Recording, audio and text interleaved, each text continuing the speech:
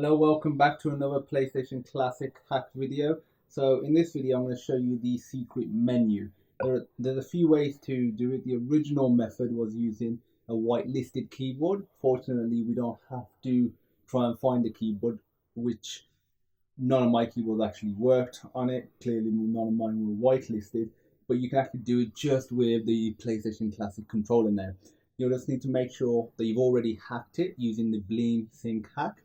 If you haven't, I'll provide a bunch of links in the description to the Mac video, the Linux video, and the Windows tutorial. So I've got you covered there. So if we just launch up a game, so let's launch up Crash Bandicoot.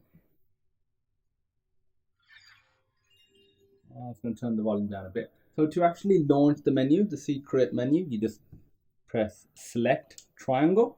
And as you can see, we have the menu right here. X will make you select a menu item, circle will take you back. So the main aspects here, I want to show you a few things. At the top, we've just got the ID of the game. We got the mode that it's running in, so NTSC. And if we go to PCX menu, if we go to, you can change the controls as well. There's a bunch of options here that you can change. There's stuff in extra as well. You can change the BIOS, you can load cheats, but the main things I want to show you in this video is the frame rate. So if I press left and right, I can toggle the frame rate, and if I go back, as you can see in the bottom left, you'll see the frame rate, and it's the number on the right, which is hovering around about 60, which is 60 frames per second, and that's the refresh rate of NTSC TVs. And I just wanted to launch up.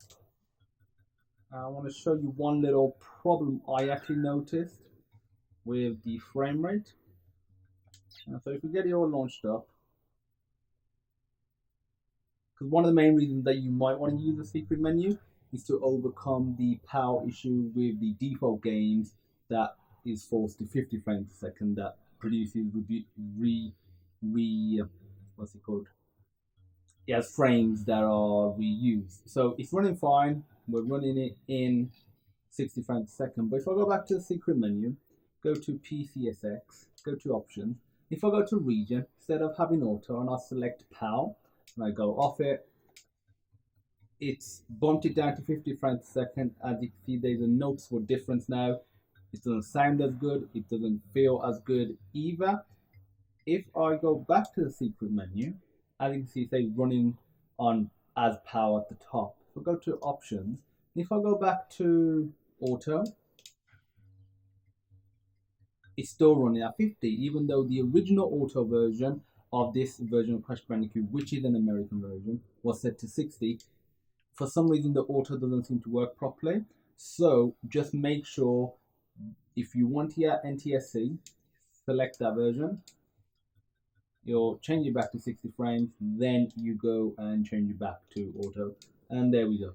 It's running fine at 60 frames. So that's one little sort of bug I noticed. Again, the console's only been out for about 2 weeks, so the problem will be ironed out. There's a few other cool things.